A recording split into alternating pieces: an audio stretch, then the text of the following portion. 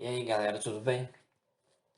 Então, nessa videoaula eu vou tratar da metodologia e fisiologia por trás do processo de estaquia, que é uma forma artificial de reprodução assexuada nas plantas, e vou falar um pouco também sobre as suas aplicações. E essas aplicações, geralmente elas são comerciais, né, por empresas no agronegócio ou por jardineiros profissionais, mas também podem ser aplicadas de maneira recreativa por pessoas que praticam horticultura ou jardinagem como um hobby e, enfim, podem ser usadas de maneira comercial ou doméstica, assim dizendo. Bom, primeiro de tudo, o que é essa propagação vegetativa?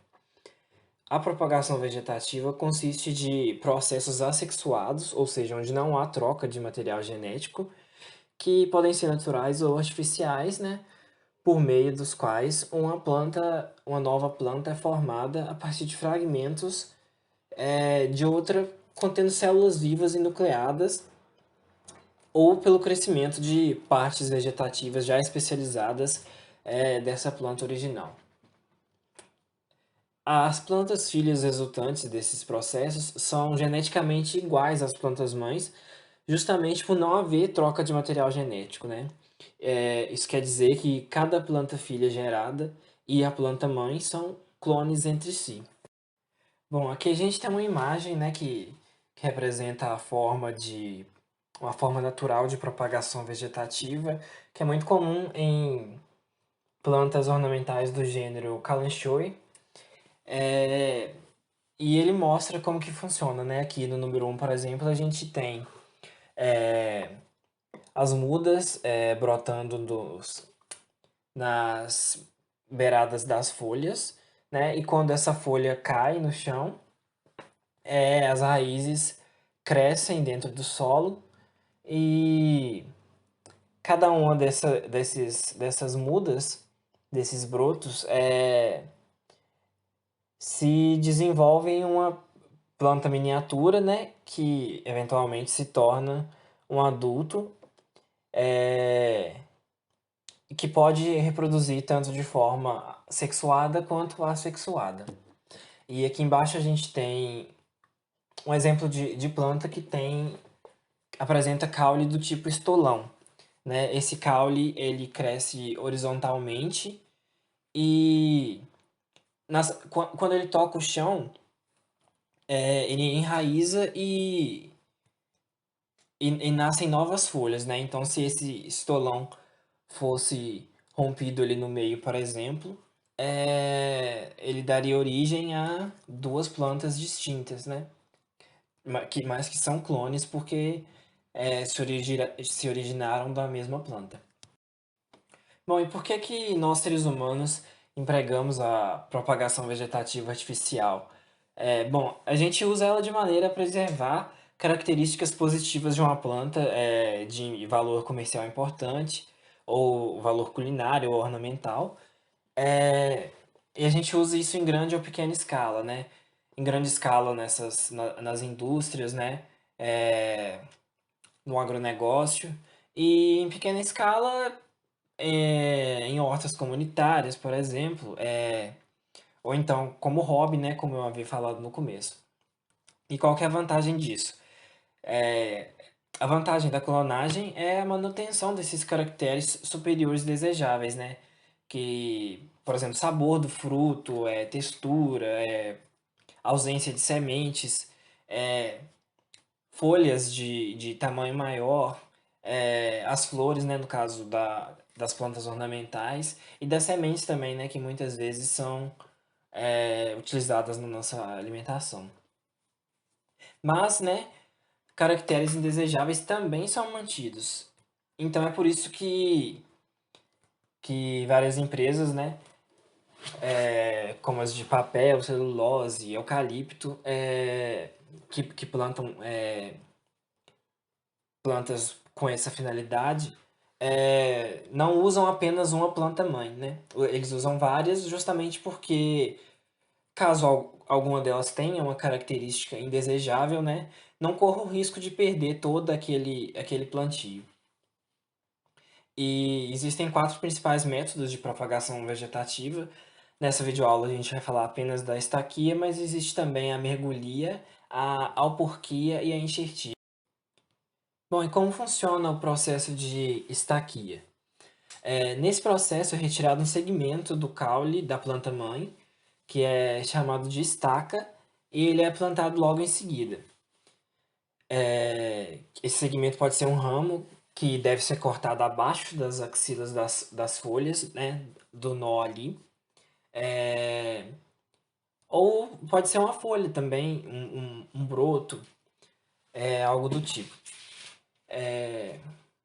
Esses segmentos eles podem ser tratados com fito-hormônios antes de serem plantados, justamente para induzir o crescimento, né? E esse fito-hormônio utilizado geralmente é uma auxina.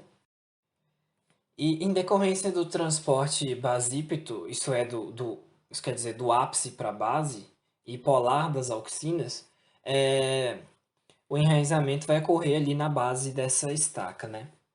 Esse método é bastante comum na produção em massa de plantas, na indústria de papel, celulose, açúcar e álcool, né? No caso de eucalipto, cana-de-açúcar.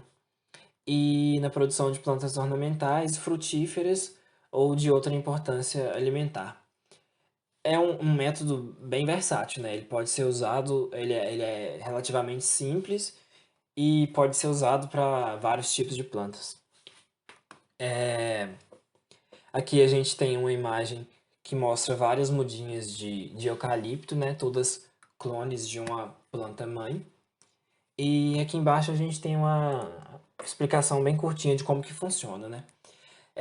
Aqui tem uma planta que foi cortada em um ângulo no caule, abaixo dos nós, deixando também para trás na planta mãe algumas folhas para que ela não, não, para que essa planta não se perca, né? E a estaca é plantada no substrato e as raízes se formam ali na base da estaca. Esse método também é muito comum em suculentas, né, que são plantas ornamentais, já que essas plantas possuem uma baixa taxa de sucesso de reprodução sexuada. Então, agora falando da fisiologia, né, em si, do processo de estaquia, as raízes formadas nas estacas, elas vão ser sempre do tipo adventícia, né? As raízes adventícias, elas são raízes que se formam de qualquer estrutura de uma planta que não a raiz em si, né? E muito geralmente é a partir do caule. E elas podem se formar naturalmente ou em resposta a estresse. Quando uma estaca é retirada, há um imediato aumento em ácido jasmônico, né, que é conhecido por ser necessário para a formação de raízes adventícias. Lembrando que quando há um corte na planta, né, como é o caso de quando a gente artificialmente arranca um ramo para fazer a estaquia, essa resposta a estresse, o estresse nesse caso vai ser esse dano de quando se corta o ramo ao qual se pretende fazer a estaca.